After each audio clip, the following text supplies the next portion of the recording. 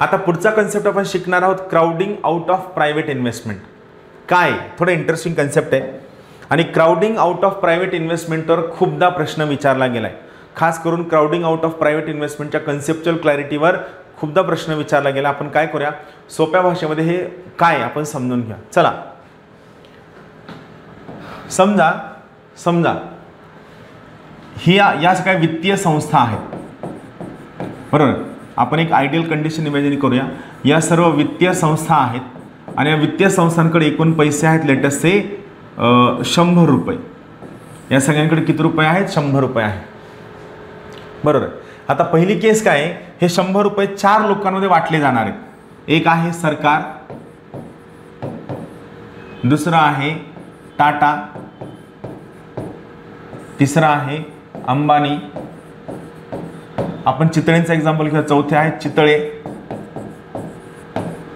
आणि पाचवा आहे मी, महेश शिंदे, बरोबर आहे. आम्ही 5 बिझनेसमॅन लोक आहेत, बरोबर आहे.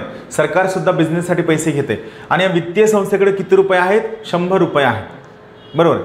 आता पहा, हे किती इंटरेस्टिंग आहे बघा. आता काय होईल, वित्तीय संस्था या सगळ्यांना काय करेल, जवळपास समसमान कर्ज देईल. सरकारला 20 रुपये दिले जातील. मी इथं खाली लिहितो एक एक गोष्ट. सरकारला 20 मिळतील, त्यानंतर टाटाला 20 मिळतील, अंबानीला 20 मिळतील, चितळेला 20 मिळतील आणि महेश शिंदेला 20 रुपये मिळतील. काय आम्ही कर्ज मागायला गेलो, मार्केटमध्ये खूप सगळे कर्ज देणारी लोक आहेत, आम्ही सगळ्यांनी आमच्या सोयीनं कर्ज मागितलं, आम्हाला सगळ्यांना जवळपास 20 रुपये कर्ज मिळालं. आता काय झालं, समजा सरकारला रस्ते बांधायचे आणि सरकारला पैशांची गरज आहे, सरकारला रस्ते बांधायचे, सरकारला पैशांची गरज आहे. सरकारनं काय केलं, सरकारनं मार्केटला सांगितलं की हे माझे बॉन्ड्स, तुम्हाला बॉन्ड शिकवलं आठवतो ना, बॉन्ड काय आहे, बॉन्ड हे कर्जाचं साधन आहे. सरकारनं मार्केटमध्ये काय केलं, बॉन्ड आणले, हे माझे बॉन्ड्स घ्या. आता मला सांगा, एखादा गुंतवणूकदार सरकारचे बॉन्ड का घेईल, काय कारण आहे? लक्षात ठेवा, कोणताही गुंतवणूकदार, कोणतीही वित्तीय संस्था, कोणतीही बँक किंवा कोणताही इकॉनॉमिकली रॅशनल पर्सन ज्याला अर्थव्यवस्थेमधलं कळतं, हा बॉन्ड का विकत घेईल, त्यामागचं मेन कारण आहे, सगळ्यात पहिलं कारण आहे, सरकारची गुंतवणूक कशी असते, सरकारकडे केलेली गुंतवणूक लक्षात ठेवा सुरक्षित असते, बरोबर आहे. महेश शिंदे पळून जाऊ शकतो, सरकार पळून जाणार नाही. आणि दुसरं कारण काय, सरकार या ठिकाणी काय करतंय, जर त्यांना कर्ज दिलं तर सरकार त्यावर आकर्षक व्याज देते. म्हणजे जर या दोन गोष्टी मिळाल्या तर हे सगळे लोक काय करतील, हे सगळे लोक या वित्तीय संस्था काय करतील, सरकारला जास्त कर्ज देतील. आता काय झालं, सरकारला काहीतरी गरज आहे, सरकारनं 20 रुपये जास्तीचे घेतले, सरकारनं 20 रुपये जास्तीचे घेतले.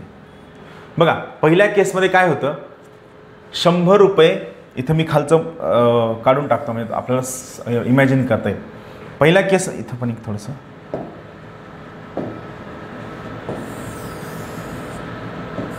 पहा, पहिल्या केसमध्ये काय होतं, 100 रुपये होते, हे किती लोकांमध्ये दिले होते, 5 लोकांना दिले होते. आता सेकंड केसमध्ये काय झालं, सरकारनं 40 रुपये घेतले, सरकारनं काय केलं, 40 रुपये घेतले. मग एकट्या सरकारनं 40 रुपये घेतले आणि वित्तीय संस्थांनी सरकारला 40 रुपये का दिले? पहिलं, सरकारनं केलेली गुंतवणूक सेफ असते, सुरक्षित असते. दुसरं, सरकारनं प्रॉमिस केले की सरकार आकर्षक व्याजदर देईल. 2 कारण. मग मला सांगा, आता अगोदर काय होतं, प्रत्येकाला 20 मिळायचे. म्हणजे आपण पहिल्या केसमध्ये जर समजा सरकार काढून टाकलं तर काय होतं, पहिल्या केसमध्ये सरकार बाजूला काढलं तर 80 रुपये हे किती लोकांमध्ये दिले जायचे, 4 लोकांमध्ये दिले जायचे. आपण सरकारला बाजूला काढूया, सरकारला 20 रुपये देणार आहेतच, 80 रुपये 4 लोकांमध्ये मिळायचे. यामुळे ही सगळी लोक खुश होती, प्रत्येकाला 20 मिळायचे. पण आता काय झालं, सरकारनं एकट्यानं 40 रुपये घेतले, सरकारनं 20 रुपये जादा घेतले, सरकारनं 20 रुपये जादा घेतल्यामुळे काय झालं, इथं किती उरले, 60 रुपये. पण घेणारे किती लोक आहेत, टाटा, अंबानी, चितळे, महेश शिंदे, घेणारे 4 लोक आहेत.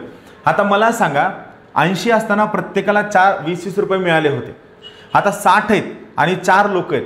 मग मला सांगा, या ठिकाणी हे जे वित्तीय संस्था आहेत, या व्याजदर वाढवतील का कमी करतील? वाढवतील. बघा ना, मी समोर कर्ज देणारा आहे, माझ्याकडे 80 रुपये होते, 4 लोक आले, 20 रुपये मागितले, मी देऊन टाकले. आता माझ्याकडे 60 रुपये आहेत, 4 लोक आलेत आणि 4ही लोक म्हणतात आम्हाला 20 रुपये हवेत. मग मी काय म्हणणार, पहा, मागच्या वेळेस 80 होते, मी 20 रुपये तुम्हाला दिले, आता माझ्याकडे 60 रुपये, म्हणजे माझ्याकडे पैसे कमी आहेत, तुम्हाला जर हवं असेल तर तुम्हाला जास्त व्याज द्यावं लागेल. ऑब्व्हियस आहे ना, मी आता काय स्ट्रॉंग पोझिशनला आलो, मी म्हणाल मला जास्त व्याज तुम्ही देत असाल तर मी तुम्हाला 20-20 रुपये देतो. आता मला सांगा, या टाटा, अंबानी, चितळे, महेश शिंदे या चौघांपैकी जास्त व्याज देणं कुणाला परवडणार आहे? टाटाला परवडणार आहे, अंबानीला परवडणार आहे, चितळेला परवडणार आहे. मला परवडणार आहे का? नाही. का? कारण माझा छोटा बिझनेस आहे. सो अल्टिमेटली मी काय होईल, मी मार्केटमधून बाहेर फेकला जाईल. मला सांगा, मी मार्केटमधून बाहेर का फेकला गेलोय? माझा बिझनेस चालत नाहीये का? चालतोय, सगळं व्यवस्थित. फक्त काय होतंय, मला मिळणारं जे कर्ज किंवा मला मिळणारं जे भांडवल आहे ते महाग झाले. आणि का महाग झाले? कारण सरकारनं मार्केटमध्ये जास्त कर्ज घेतलंय. आता तिसरी कंडिशन, सरकारनं काय केलं, मार्केटमधनं आणखीन 20 रुपये जास्त घेतले. सरकारनं 60 रुपये घेतले. आता मला सांगा, सरकारनं 60 रुपये घेतले तर सरकारनं 60 घेतल्यानंतर सरकारनं 60 घेतला, मार्केटमध्ये किती उरले? मार्केटमध्ये 40 रुपये उरले. मी ऑलरेडी बाहेर पडलोय. किती लोक उरले आता? टाटा, अंबानी, चितळे. 40 रुपये तिघांमध्ये द्यायचे. मग 40 रुपये तिघांमध्ये द्यायचं म्हणलं, परत मला सांगा, वित्तीय संस्था काय करतील? व्याज वाढवतील. आता व्याज वाढवलं कुणाला परवडणार नाही? चितळेला परवडणार नाही. आलं लक्षात? मग इथं काय होतंय, इथं सरकारनं मार्केटमधून जास्तीचं कर्ज घेतल्यामुळं, सरकारनं मार्केटमधील जास्तीचं भांडवल उचलल्यामुळं मार्केटमध्ये भांडवलाचा क्रंच निर्माण होतोय. मार्केटमध्ये पैशांची कमतरता निर्माण होतीये. आणि पैशांची कमतरता किंवा शॉर्टेज निर्माण झाल्यानंतर पैसे महाग होत आहेत, कर्ज महाग होतंय, भांडवल महाग होतंय. आणि मग हे महागडं कर्ज किंवा महागडं भांडवल सर्वांना परवडणारं नसतं. आणि जर हे सर्वांना परवडणारं नसलं तर मग सगळी लोक ते महागडं कर्ज घेऊ शकत नाहीत. व जी लोक महागडी कर्ज घेऊ शकत नाहीत त्यांची स्पर्धात्मकता किंवा कॉम्पिटिटिव्हनेस ऑटोमॅटिकली कमी होते आणि ती लोक मार्केटच्या बाहेर फेकली जातात. याला आपण crowding out of private investment असं म्हणतो. आता वाचा, सरकारने जास्तीचे पैसे खर्च केल्यामुळं, सरकार जास्तीचे पैसे खर्च करते म्हणजे काय? सरकार जास्त कर्ज घेते.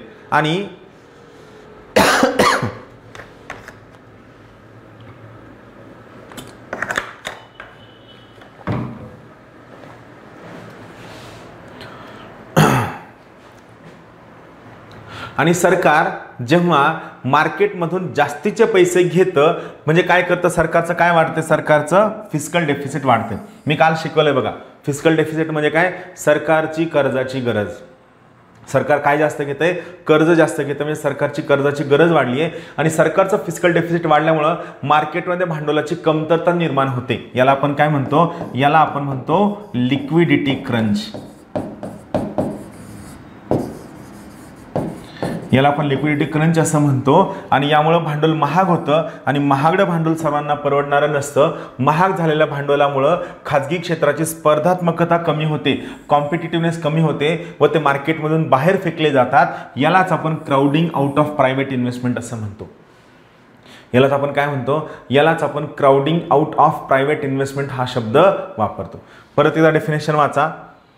महाग झालेल्या भांडवलामुळे खाजगी क्षेत्राची स्पर्धात्मकता कमी होते.